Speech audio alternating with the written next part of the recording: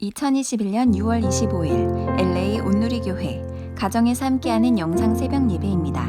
오늘 말씀은 출애굽 특기 30장 17절에서 38절 거룩하신 하나님 앞에 정결함과 구별됨으로입니다. 여호와께서 또 모세에게 말씀하셨습니다. 너는 청동으로 대야를 만들고 대야 받침대도 만들어 씻는 데 쓰도록 하여라. 그것을 회막과 제단 사이에 두고 물을 담아 놓아라. 아론과 그의 아들들이 그 물에 손발을 씻을 것이다. 그들이 회막에 들어갈 때나 제단에 가까이 가서 섬길 때 곧 여호와께 화제를 태울 때도 물로 씻을 것이니 그래야만 죽지 않을 것이다. 이렇게 그들이 그 손발을 씻어야만 죽지 않을 것이다. 이것이 아론과 그의 자손을 위해 대대로 영원히 지속될 규례다. 여호와께서 모세에게 말씀하셨습니다. 너는 또 제일 좋은 향품을 가져오너라. 곧 모략 500세겔, 그 절반인 250세겔의 향기로운 계피, 향기로운 창포 250세겔, 개수나무 500세겔을 성소 세겔에 따라 가져오고 올리브 기름 1흰도 가져와라. 너는 이것들로 거룩한 기름을 만들되 향 제조법에 따라 섞어 향유를 만들어라. 이것은 기름 부을 때 쓰는 거룩한 기름이 될 것이다. 너는 이것을 회막과 증거궤에 바르고 상과 그 모든 기구들, 등잔대와 그 부속품들, 분향제단, 번제단과 그 모든 기구들, 대야와 그 받침대에 발라라. 내가 이런 식으로 그것들을 거룩하게 구별하면 그것들이 지극히 거룩하게 될 것이고 무엇이든 그것들에 닿으면 거룩해질 것이다. 그리고 너는 아론과 그의 아들들에게 기름을 부어 거룩하게 구별해 그들이 제사장으로 나를 섬기게 하여라. 그리고 이스라엘 백성들에게 말하여라. 이것은 대대로 내 거룩한 기름이 될 것이니 사람 몸에는 이것을 붓지 말고 어떤 기름도 이와 똑같은 배합으로는 만들지 말라. 이것은 거룩한 것이니 너희가 이것을 거룩하게 여겨야 할 것이다. 누구든지 이와 같은 향유를 만드는 사람이나 제사장이 아닌 사람에게 바르는 사람은 그 백성들에게서 끊어질 것이다. 여호와께서 또 모세에게 말씀하셨습니다. 소합향, 나감향, 풍자향 등의 향료를 가져오고 이것들과 함께 순수 유향도 가져오되 각각 같은 양을 가져와야 한다. 너는 그것을 향 제조법에 따라 향료를 만들고 그것에 소금을 쳐서 순수하고 거룩하게 하여라. 그리고 그것을 빻아 가루로 만들어 회막 증거궤 앞에 놓아라.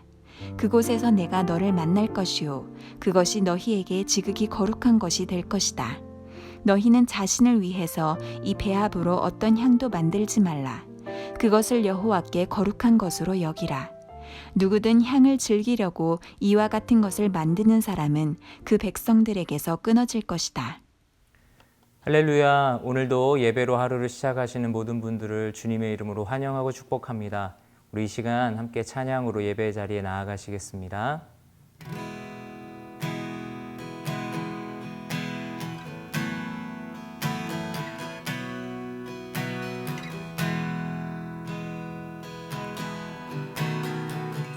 주의 보좌로 나아갈 때에 어떻게 나가야 할까? 나를 구원한 주의 십자가 그것을 믿으며 가네. 주의 보좌로 나아갈 때에 나 여전히 부족하나.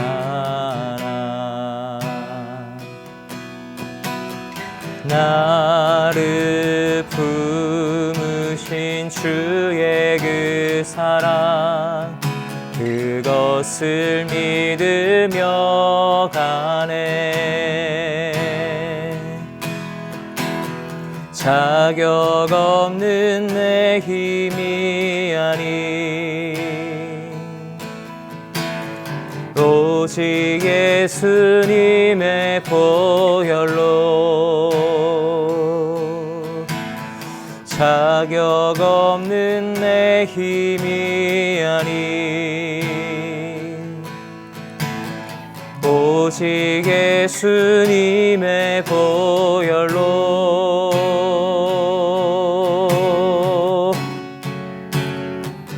십자가의 보혈 완전하신 사랑 힘입어 나갑니다.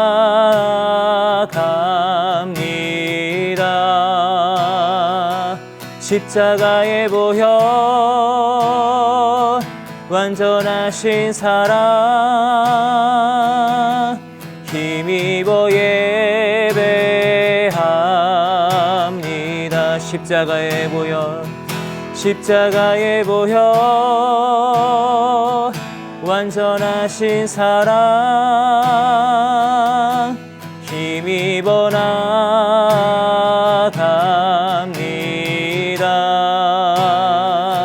십자가의 보혈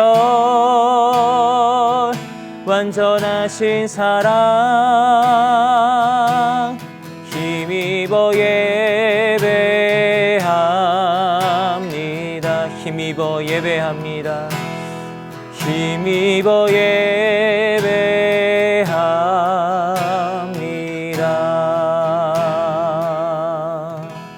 아멘. 할렐루야. 말씀으로 새로운 하루를 시작하시는 사랑하는 여러분 주님의 이름으로 환영하고 축복합니다. 저를 따라해 보시겠습니다. 기도하면 행복합니다. 거룩하신 하나님 앞에 정결함과 구별됨으로 라는 제목으로 하나님 말씀 전합니다. 방금 읽은 본문의 내용이 무엇입니까? 성막에 사용되는 물품들 가운데 청동대야와 관유와 향품에 관한 규정입니다. 18세기 프랑스의 한 남자가 살고 있었다. 이는 쥐스킨트의 소설 향수의 첫 문장입니다. 여기서 알 수 있듯이 소설의 배경은 18세기의 프랑스이며 소설의 주인공은 장 바티스트 그르누이입니다. 그는 세상의 모든 냄새를 식별하고 기억할 뿐 아니라 제조할 수 있는 천재적인 후각을 가진 인물입니다. 그의 재능을 한눈에 알아본 향수업자 발디니는 그르누이를 자신의 도제로 삼아서 향수 제조 기술을 전수합니다.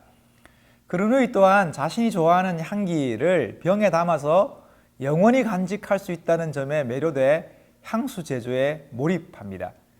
순식간에 그르누이의 향수는 모든 귀족들의 마음을 사로잡게 되죠. 그런데 문제는 그가 그토록 간직하고 싶었던 그 향기가 발음 아닌 사람의 채취라는 데 있습니다. 더 큰 문제는 정작 자기 자신에게는 아무런 냄새도 나지 않았다는 사실입니다. 그로 인해서 사람 냄새에 대한 그의 집착은 병적인 수준에 이르게 되고 마침내 자신에게는 없는 사람의 향기를 얻기 위해서 살인까지 저지르게 됩니다. 소설의 말미에 주인공은 13명이나 되는 사람들의 죽음을 통해 얻게 된 궁극의 향수를 자신의 몸에 붓습니다.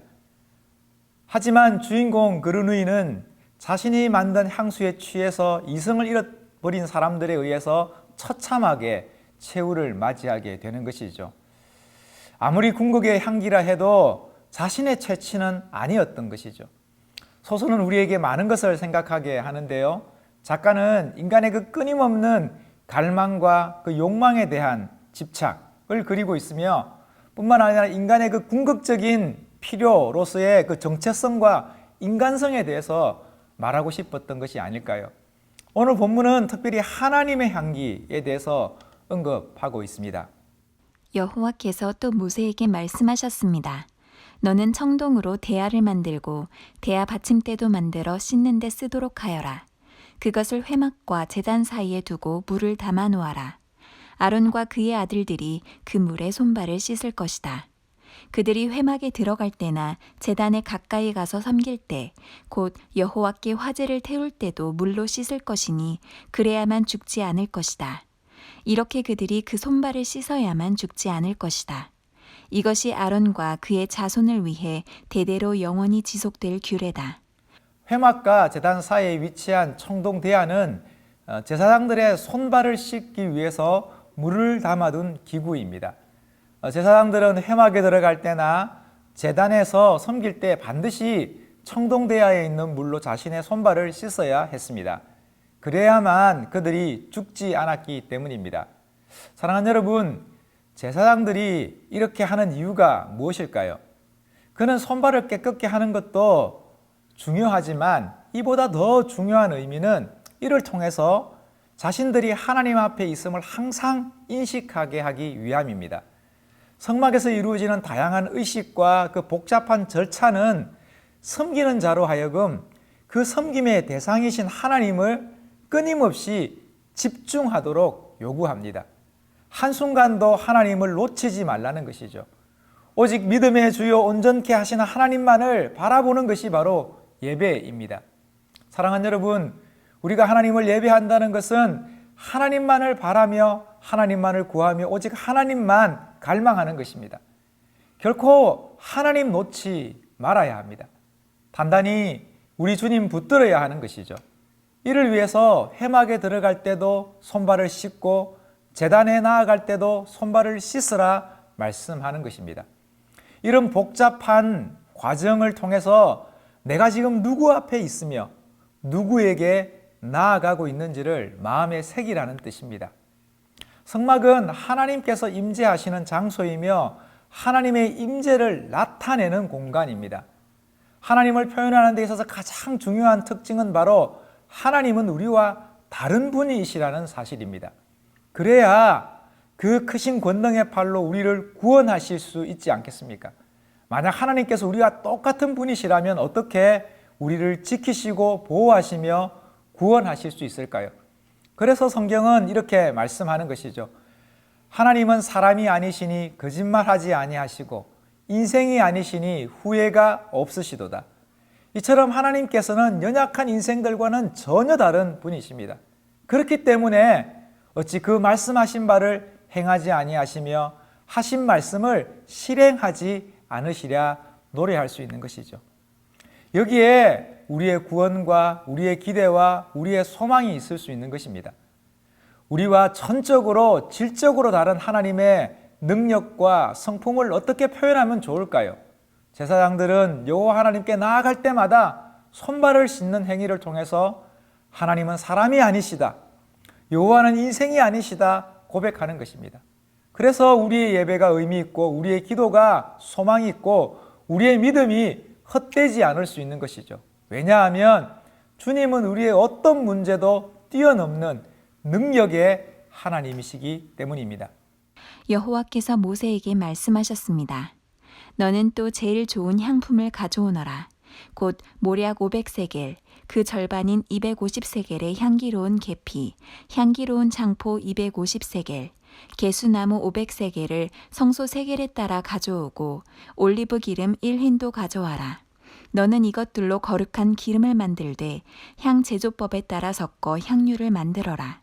이것은 기름 부을 때 쓰는 거룩한 기름이 될 것이다. 너는 이것을 회막과 증거궤에 바르고 상과 그 모든 기구들, 등잔대와 그 부속품들, 분향제단, 번제단과 그 모든 기구들, 대야와 그 받침대에 발라라.